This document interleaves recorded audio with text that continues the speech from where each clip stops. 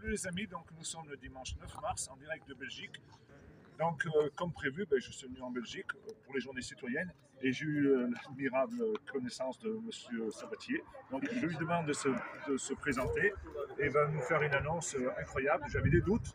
Et ben voilà, allez-y. Oui. Bonjour, Jean-Marc Sabatier. Je suis docteur en biologie cellulaire et en microbiologie, une HDR en biochimie, et puis je suis directeur de recherche au CNRS, mais je m'exprime ici au nom propre. Alors, quelle est l'annonce que tu veux que je fasse?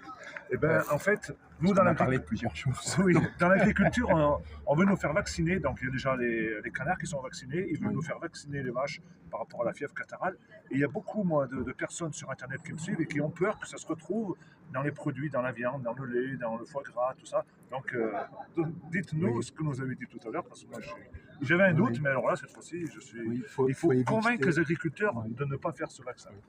Oui, il faut éviter de vacciner, notamment il faut éviter tous les vaccins à ARN messager, auto-amplifiants ou conventionnels, parce qu'ils sont très délétères.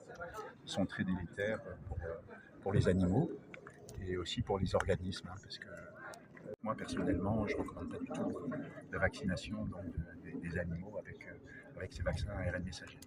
Donc tout à l'heure, vous nous avez confié que vous n'aviez pas mangé du foie gras et que vous ne mangez plus de canard depuis que vous saviez qu'ils étaient vaccinés. Parce que c'est de la viande rouge qui n'est pas forcément cuite à une assez haute température. Oui, voilà. Oui, c'est ça. Là, en France, il y a des canards qui ont été injectés avec le vaccin de Ceva, qui est un vaccin à ARN messager auto-amplifiant contre l'hémagglutinin H5 pour la grippe aviaire, pour le canard.